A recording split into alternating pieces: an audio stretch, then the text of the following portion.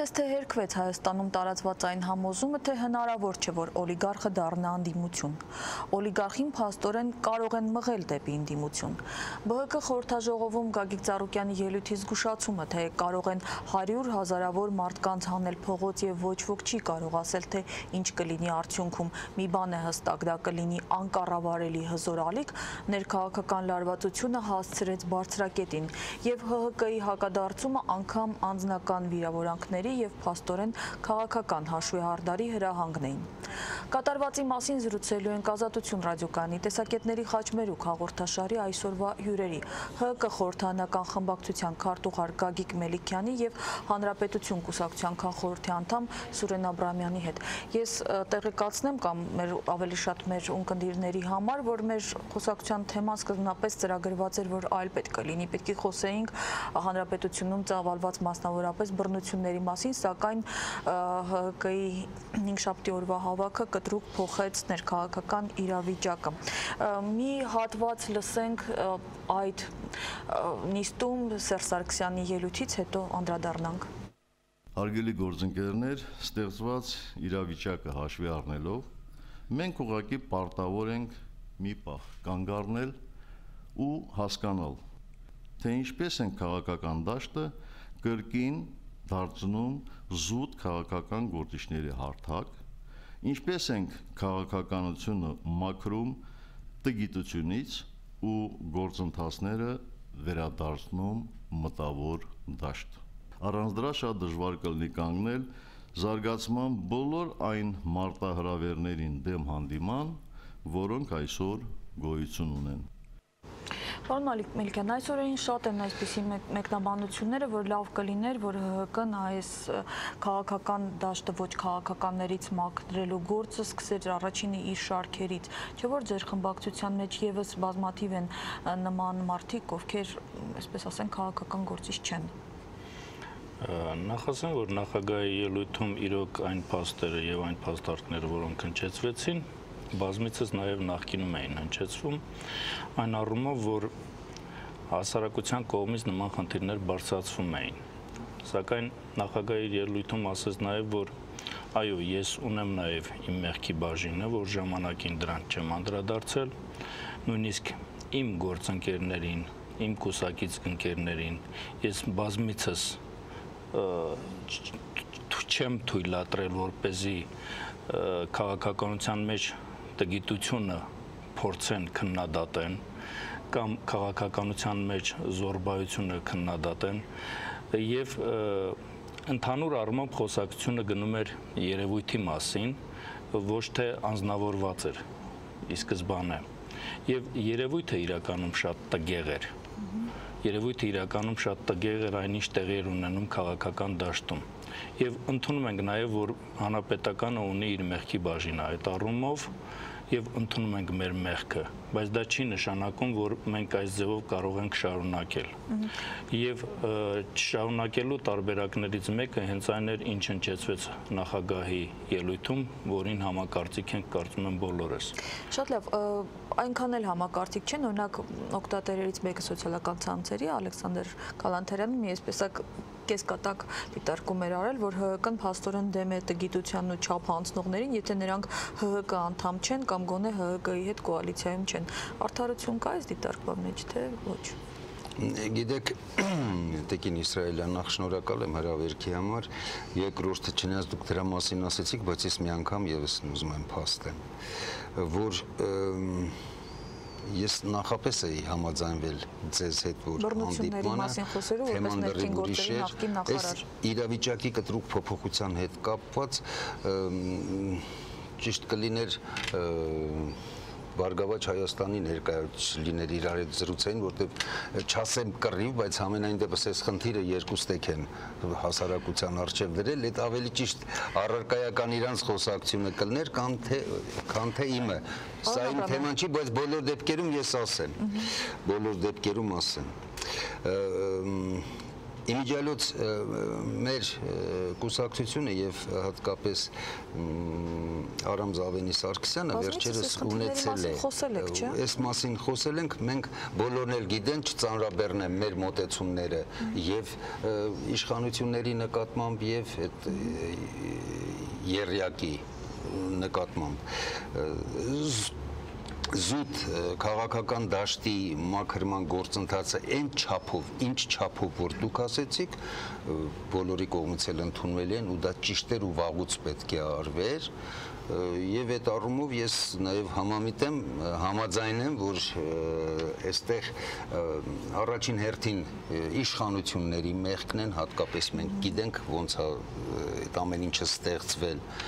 եւ նրանք էլ այդ ամեն ինչը ընդունում են, ասում են այ ճիշտ կլիներ, առարկայական կլիներ եւ իշահ պետության ու հասարակության կլիներ, եթե սա շարունակություն ունենար։ Այ այս տեսակ մի հարցադրում էլ է հնչում, որ Սերժ Սարգսյանի խոսքում ասված, որ տարիների վեր շարունակում են նոթում կախված մնալ չստուգված լուրերը, չմուծված միլիարդավոր դրամ հարկերի եւ այլն բարեգործության անվան տակ քողարկելու մասին։ Հարց է առաջանում, դուք այս ամեն ինչի մասին գիտեիք եւ չեք ստուգել հենց տեղեկանալու առաջին օրը ստացվում է, որ կոծկել եք այդ հանցագործությունները եւ խոսում եք այդ մասին միայն այն ժամանակ, երբ որ դա ձեզ այսպես ասած քաղաքականապես ձեռնտու նպատակահարմար է։ Ոչ, տարիներ շարունակ պետք է նշեմ, որ թե հանրապետական կուսակցության կողմից, թե կառավարության կողմից եւ թե ընդհանրապես իշխանությունների կողմից եւ նաեւ ինչու՞ չէ, ընդդիմության կողմից անընդհատ շեշտվել է, որ հանրապետությունում գոյություն ունի ստվերային տնտեսություն, գոյություն ունեն բիզնեսներ, գոյություն ունեն խոշոր բիզնեսներ, որոնք այսպես թե այդպես խուսափում են հարկային դաշտից եւ աշխատում են հիմնականում ստվերային ձևով։ Այս մասին բազմիցս է խոսել, այս մասին խոսվել է նաև ժողովրդի կողմից եւ բազմիցս մամուլում հրապարակումներ են հնչեցվել տարբեր գործարարների կողմից, ինչու՞ չէ նաև Բարգավաճ Հայաստանը ներկայացնող գործարարների կողմից ստվերային տնտեսության արկայության մասին։ Եվ նախագահը իր խոսքում ներողություն խնդրելով, որ ինքը հանդուրժողականություն է դրսևորել, ինքը թույլ չի տվել, որ անհանդուրժողականությունը նաև քաղաքական անկայունության վերածվի, ասել է, որ ես ընդունում եմ, որ ժամանակին եղել է նման հանդուրժողականություն եւ նույնիսկ իրավապահների կողմից կարելի ասել պատշաճ ձևով կամ հարկային մարմինների կողմից պատշաճ ձևով վերահսկողություն չի իրականացվել, բայց եկել է այդ սթափվելու ժամանակը, եւ այդ ժամանակը իօգուտ պետք է մեր ժողովրդի աշխատի։ Բոլորը պետք է գան հարկային դաշտ, բոլորը պետք է աշխատեն օրենքի դաշտում, բոլորը պետք է աշխատեն հավասար, հարկային օրենքները բոլորի համար պետք է լինեն հավասար եւ բոլորը պետք է աշխատեն հավասար դաշտում։ Ես ժամանակին նույնպես ասել եմ, որ հարկային դաշտից խուսափողների կողմից կատարվող բարեգործությունները երբեք բարեգործություն ես դա չեմ համարում։ Չի կարելի ժողովրդից վերցնել եւ փշտանքներ հետ վերադարձնելով ժողովրդին ասել, որ մենք բարեգործներ ենք եւ բարեգործություն ենք կատարում ձեր նկատմամբ։ Ժողովրդին դա պետք չէ։ Ժողովուրդը մուրացկան չէ։ Ընդամենը հետևյալն է պետք։ Բոլորս աշխատում ենք հարկային դաշտում, բոլորս մեր եկամուտներից համապատասխան հարկային հատկացումները մուտքագրում ենք պետական բյուջե, իսկ պետությունը զբաղվում է իր ժողովրդի բարեկեցության բարձրացմամբ։ Եվ բոլորովին ժողովրդին պետք չէ բարեգործություններ այդ ձևով։ ՀԿ-ում բոլորը աշխատում են հարկային դաշտում, բոլորը մուծում են հարկերը եւ Ոչ միայն ՀԿ-ում, բոլորը, շատ լավ։ Բայց ինչպես է գնահատում ընդդիմադիր ձեր գործընկերների, այսպես ասած, վերաբերմունքը, որոնք այս օրերին շտապեցին արձագանքել, որ փաստորեն մասնավորապես ՀԱԿ-ի հայտարարությունն է, որ Սերժ Սարգսյանը պահանջում է Գագիկ Ծառուկյանից սպառնալիքներով հեռանալ քաղաքականությունից եւ զբաղվել միայն գործարարությամբ, իսկ այս պահանջը ՀԱԿ-ի հայտարարության սահմանադրության կոպտագույն խախտում է, քանի որ բոլորը բնականաբար իրավունք ունեն զբաղվելու քաղաքական։ Մինչդեռ հենց նույն քաղաքական ուժերը, շատ ընդդիմադիրներ բազմիցս շեշտել են անհրաժեշտությունը բիզնեսի եւ քաղաքականության տարանջատման մասին։ Գիտեք, այդ առումով երբ երևույթ թողած անձերին են անդրադառնում, արդեն խնդիրը ինստինկտյան իր ակտուալությունն ու լիարժեքությունը կորցնում է, որովհետև մի պարագաներում կարելի է, մյուս պարագաներում չի կարելի, բոլոր դեպքերում յուրայիններից ամենից իսկ հակառակորդներին օրենք դեռ այն ժամանակ դուք մի քիչ ցիվիլ ձևով ասեցիք, հիշում եք դեռ միջև հանրապետականներին իշխանության գալը, այն ժամանակ էլ ասում են իմը լինի թեկուզ սրիկա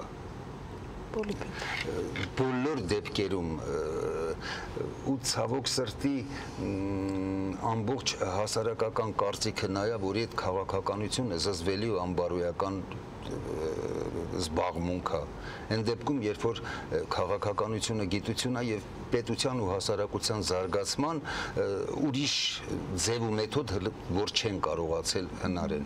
Միանշանակ փողն ու քաղաքականությունը պետք է տարանջատվեն ու ցավոք սրտի առանց իշխանությունների մասնակցության նորից չի լինում այդ այսպես ասած զույգավորումը, որովհետև որոշակի խնդիրներ լուծելու հեշտ ճանապարհն են ընտրում։ Շատ լավ, ես կուզենայի, որ մենք նաև մի հատված լսեինք Գագիկ Ծառուկյանի ելույթից, բայց ցավոք դրա տեսագրությունը հրապարակված չէ, հայտնի չի, ուստի ստիպված ենք փոխարենը, ցուցադրել մի հատված, թե մասնավորապես ՀԿ խմբակցության падգամավոր Սամվել Ֆարմանյանը ինչ էր ենթադրում, թե ինչպիսին կարող է լինել Գագիկ Ծառուկյանի հակազդեցությունը, լսենք։ Հիմա եթե ինքը պատրաստ է քաղաքական պայքարի, ապա մենք կտեսնենք նրան քաղաքական դաշտում եւ կհասկանանք Գագիկ Ծառուկյանը իսկապես քաղաքական գործիչ է, իսկապես հարցերի վերաբերյալ խոսք իրեն է վերաբերում, կայուն կարծիքներ ունի, տեսակետներ ունի։ Տեսեք, հրապարակվեց իր ելույթը, տպագիր տարբերակը եւ նա կարելի ասել քաղաքական պատասխան տվեց, չէ՞, հանրությանը պայքարի նախապատրաստվելու կոչ արեց եւ որպես վերջնանպատակ սահմանեց Սերժ Սարգսյանի հրաժարականը եւ արտահերթ նախագահական ընտրություններ պարտադրելը արդեն։ Ինչի կհանգեցնի սա ցնցումների։ Ես չեմ կարծում, որ դա կհանգեցնի ցնցումների, ես կարծում եմ, որ այն ինչ հրապարակվեց Գագիկ Ծառուկյանի անունից, ինչ որ չափով ընդունում եմ նաև, որ բացարձակապես իր կարծիքը չէր, կային նաև ուրիշ կարծիքներ եւ ուրիշ թաքնված անձեր, ովքեր փորձեցին իրենց կարծիքը այդ մարդու անունից հրապարակել։ Դա ավելի ճշմարտությանը մոտ է, քան այնինչ հնչեցում է իր անունից։ Ես կարծիք եմ նաև իմ այն գործընկերների հետ, որ միգուցե այդ հայտարարության տեքստի մասին ինքը նույնիսկ տեղեկություն չուներ, այլ ուղղակի այդ բանը հրամցրվել էր իրեն։ Ճիշտ կլիներ, որ այդպես լիներ համենայն դեպս։ Ամեն դեպքում կարծում եմ, որ շատ սուր լարումներ չեն լինի։ Բոլորը իրենց արածների համար պատասխան կտան եւ եկել է ժամանակը իրերը իրենց անունով կոչելու, այն ինչ որ իրականացվել է նախկինում եւ այն ինչ որ իրականացում են վերջին ամիսների ընթացքում, կարծում եմ, որ ջրի երես դուրս կգա, ովքեր են դրա հետևում կանգնած եւ ինչ նպատակներով։ Թերևս առավել հիշարժան է Գագիկ Ծառուկյանի ելույթի այն արտահայտությունը, որ ինքը նշում է, որ իրեն առաջարկել են համագործակցության բազմաթիվ տարբերակներ, այդ թվում նախագահի պաշտոնը։ Սահմանադրությունը փոխելուց հետո մի պայմանով, որ ես համաձայնեմ իր իշխանության վերարտադրություն։ Ես գիտեմ, որ պիտի հավատալը կամ չհավատալը քաղաքականության մեջ դերակատարություն չի, բայց պարոն Աբրամյան, անձամբ դուք հավատում եք արդյոք, որ Ծառուկյանին կարող էին առաջարկել նախագահի պաշտոն որևէ պայմանով։ Անկեղծ ասած, ես բացարձակապես ինձ չհետաքրքրող հարց է, կհավատամ թե չէ։ Նման գնահատականից հետո ես ուզում եմ նաև ընդամենը մի բան փաստեմ։ Առիթից օգտվելով ինձ էլ ներքաշեցիք ես ամեն ինչի մեջ։ Ես էլ եմ համամիտ, որ առայժմ հանրապետական բարգավաճ զուտ տեղեկատվական պայքարա պատերազմա, որտեղ երկուսն էլ եւ միջոցների են տնօրինում եւ սայթերի եւ լրատվամիջոցների, երկուսն էլ երկուսով չնայած երբեմն նաև երկու ստեկ չափն անցնում են, որը ինձ համար դա անընդունելի է, բայց ես ուզում եմ նաև այսպիսի մի բան ասել, առիթից օգտվելով, էլի, մեր կուսակցության անունից, իմ անունից, որ հասկանան, որ աշխարհը Հայաստան աշխարհը հանրապետականով չի սկսում ու բարգավաճով վերջանում ու բարգավաճով սկսվում կամ հակառակը։ Կան իմ նման 100,000-ավոր այլ կերպ մտածող մարդիկ, որոնք իրենց պատասխանատվությունն այս երկրի ու պետության առջև ունեն։ Այսինքն զուտ առարկայական խնդիրների առաջացման պարագաներում մենք դիտորդի կարգավիճակով երբեք չենք լինի, մենք էլ մեր սերն ու հարգանքը կասենք այս պետության ու երկրի նկատմամբ։ Դրա հետ էլ միասին ես ուզում եմ ասեմ, որ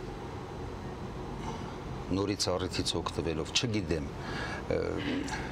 իմ անցած ճանապարհն է դա ինձ թույլ տալիս, թե չէ։ Պատերազմը մեր դռան շեմը ծեծում է։ Քաղաքացիական, քաղաքական, անձնական, կուսակցական ամբիցիաները մարդկանց ուղեղը չմթագնեն, իրենց չափն իմանան, որովհետև ես նորից եմ ասում, սահմանների վրա լարվածությունը, ռուս-ուկրաինական հարաբերությունները եւ այլն, այս բոլորը մեզ առաջ կրկնակի պատասխանատվություն է դնում, հատկապես այն մարդկանց առաջ, որոնք այսօր որոշակի լծակներ ունեն հասարակական որոշ խնդիրներ լուծելու համար։ Այս էլ իմ գործը։ Ես կցանկանամ իմ գործընկերոջ խոսքը ասել, որ ամբողջությամբ կիսում եմ եւ ընդհանրապես լրացնեմ հետեւյալը, որ իրոք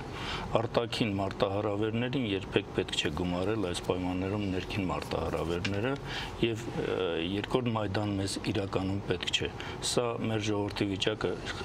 ավելի խիստ կլարի եւ ավելի կվատացնի։ Պատերազմը իրականում սահմաններում բավականին օր-օրի ուժ գնանում է եւ սրանից միանշանակորեն օգտվելու են թե ադրբեջանցիները եւ թե թուրքերը։ Մենք շրջապատման մեջ պատերազմի մեջ գտնվող պետություն ենք, անկախ նրանից այդ պատերազմը հայտարարված է թե հայտարարված չէ։ Մենք ամեն օր զոհ ենք ունենում սահմանների վրա եւ պետք չէ լարումը ավելի ուժեղացնել։ Ես համոզված եմ, որ ժողովուրդը իրոք գիտակցում է։ Ժողովրդի գիտակից մասը իրոք հասկանում է, որ այսպիսի լարում մեր երկրին պետք չէ, բայց պետք չէ նաև քաղաքականության մեջ զոռբայությամբ զբաղվել։ Քաղաքականությամբ պետք է զբաղվեն միայն քաղաքական գործիչները։ Մեր զրույցի ավարտին ես այնուամենայնիվ ուզում եմ, որ անդրադառնանք այն թեմային, ինչի մասին ի սկզբանե պայմանավորվել էինք խոսել, այլ բռնությունների մասին եւ մասնավորապես հաշվի առնելով, որ հանրապետականի եւ Բարգավաճի հակասությունների լարվածության այս էսկալացիան նկատվեց, երբ դաժան ծեծի ենթարկվեց ԲՀԿ քաղխորհրդի անդամ ակտիվիստ Արտակ Խաչատրյանը եւ ԲՀԿ-ն բավական կոշտ հայտարարություն տարածեց այդ բռնությունից հետո, որտեղ ասվում էր, որ կատարվածի պատասխանատվությունը ընկնում է իշխանության վրա։ Ես ուզում եմ հիշեցնել, թե երեք հրավիրված ազգային անվտանգության խորհրդի նիստում ինչ էր ասում Սերժ Սարգսյանը։ Մասնավորապես պետությունը երբեք չի խրախուսել բռնությունների միտված երկիմաստ քարոզչությունը, լավ թե վատ, թեև դա այս պահի խնդիր չէ, փորձել է վերահսկել ֆինանսական միջոցների գոյացման օրինականությունը, ինչ որ չափով արձագանքել է կասկածելի ֆինանսական ռեսուրսները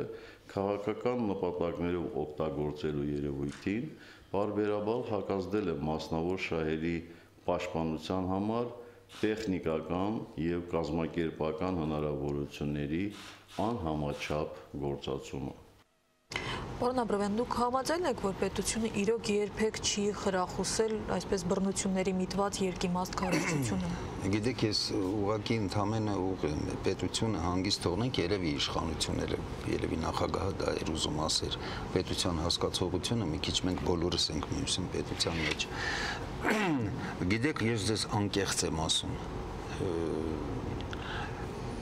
քիչ թե շատ խոսքս տեղ հասնելի լինի, որովհետև դրանցից մեկն էլ ժամանակին ես եմ եղել։ Դա մի սոսկալի, մի զազրելի, չբացահայտված մինչև այսօր։ Դե բնական բան է, բայց մենք վակուումի մեջ չենք ապրում։ Ես չհասկացա, ասենք, կոնկրետիմ օրինակին վերաբերեմ ուրիշներին բան չանելու, ցավ չպատճառելու համար։ Ինձ որ ցավ պատճառեցին իմ նկատմամբ, որ այդ ոտնձգությունը կատարեցին, ես չհասկացա, ինչ հաճույք ստացավ այդ պարտադրողը, իմ ցավն էր ավելի շատ, թե այն ցավը, որը կամ այն պիտակը, որը պետության վրա դրվեց։ Կամ հիմա ես ներեք առիթից օգտվելով եմ ասում, էլի, գիտեք, ամեն ինչը վերջին հաշվով պետության վարկանիշը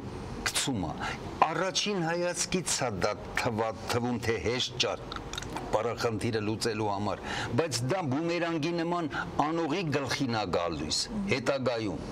Ու դառնում է, հասկանում եք, քաղաքացուն, հասարակության նոտորում են երկրի առաջև ծառացած խնդիրներից, ամենասոսկալին սա է, բոլոր մի մարդու, պարոն Մելիքյանի, նախագահի, մյուսի պատասխանատվությամբ ու զգացումով երկիրը չի կայանա, բոլորը պետք է այս երկիրը սիրեն ու սիրվեն, դրա համար բոլորը եւ քաղաքական հասկանում եք բանը անցել են, Ռուբիկոնն անցել ենք այդ առումով։ Կինը 9 տարեկան երեխային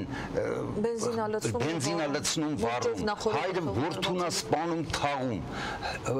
հայրը լլկում իր անչափահաս աղջկան, այս բոլորը հասարակության արատն է ու այստեղ արդեն բոլորս անելիք ունենք։ Վերջին բռնության մասին կներեք շատ ներողություն, ես կավելացնեմ ու ընդամենը հետևյալը իմ գործընկերոջը, որ իրականում կիսում եմ նախագահի կարծիքը, որ պետությանը, իշխանությանը ձեռնտու չի բոլորովին երկրում տիրող անկայուն իրավիճակը, բռնությունները։ Դա միակ բանն է, որ իրոք իշխանությունները պայքարում են դրա դեմ, իրոք պայքարում են, եւ պետությանը դա բացարձակապես ձեռնտու չէ, որքան կայուն լինի պետությունը, այնքան պետությանը եւ իշխանություններին դա է ձեռնտու։ Սակայն պարոն իմ գործընկերոջ հետ համաձայն եմ այն առումով, որ իրականում եկել է այդ վիճակը եւ բռնությունները կարծես թե իրականում գլուխ են բարձրացնում։ Ընդհանուր իրավիճակ է փոխվել աշխարհում, հոգեբանության մեջ նաեւ։ Մենք մեզ հատկապես ոչ մեկին, ոչ ժողովրդին, ոչ իշխանություններին դա ձեռնտու չէ։ Այս իրավիճակում մենք պետք է ընդհանրություն ես փաստ եմ դրա համար, այդ որպես իշխանության ներկայացուցիչ եմ ասում, զուտ իրավական պատասխանատվությունից նաև կա բարոյական պատասխանատվություն։ Իմ ժամանակ էլ դեպք եղավ երբ որ ես ներքին գործերի նախարար եմ, ներեցեք, որ ես իմ օրինակն եմ բերում, դե հիմա այդպես։ Միլպետը պատասխան չէր, չէ, որ այդ այլանդակությունը կատարվել էր։ Ես նրան աշխատանքից հեռացրեցի։ Քաղաքի վարչության պետին շատ խիստ պատժեցի։ Հասկանում եք, 1-2 այս կարգի գործողություններ լինեն, նախ հասարակության մոտ կարծիք կձևավորվի, որ իշխան ինձ հետ որ կատարվեց։ Վերջում մարտական գեներալ եմ, չէ։ Ձեր հետ միասին, երբեմն դուք բոլորդ մի քիչ ավելի ջահելները հարգանքով ու ակնածանքով եք նայել։ Գիտեք դեպքի վայրով էր եկել։ Ամենալուրջ պաշտոնյան ով էր դեպքի վայր եկած։ Աննա Իսրայելյանը եւ տեղամասային տեսուչ է։ Բա լավ Աբրամյանին կարելի է սիրել, կարելի է չսիրել, ես ինչ անել, վերջին հաշվով դուք այդ հարևան ամեն ինչից ռուսներից օրինակ եք վերցնում, են հարբեցող Ելցինի նկատմամբ տեսնում եք ինչ հարգանք ու պատկառանք կա։ Մենք էլ մեր արժեքների նկատմամբ պետք է ունենանք, էլի։ Դրա համար էլ նախագահի հենց իր խոսքում այդ մասին էր խոսում։ Այդ դրա համար էլ Արամ Մանուկյանի գլխին խփածը, Արամ Մանուկյանը ինչ կանել ուզում է խոսի, չխոսի, վերջը հրճակագիր կարդացած անձնավորությունը։ Արամ Մանուկյանի նման ով ինչ որ արել է, թեկուզ 2 ամսվա մաքսիմալ կալանք նախատեսում, պետք է իհարկե պատժվեր դա, էլի, ուզում եմ ասեմ, adekvat պետք է լինի ռեակցիան։ Դրա համար էր ասում, որ նաև զորբայությունը պետք է գործ ունենա քաղաքական։ Շնորհակալ եմ մեր հրավերը ընդունելու համար։ Հիշեցնենք, որ Ազատություն ռադիոկայանի տեսակետների խաչմերուկում այսօր հանդիպեցին Հանրապետություն կուսակցության քաղխորհրդի անդամ Սուրեն Աբրահամյանը եւ ՀՀԿ խորհրդարանական խմբակցության քարտուղար Գագիկ Մելիքյանը։ Հաղորդումը վարեց Աննա Իսրայելյանը։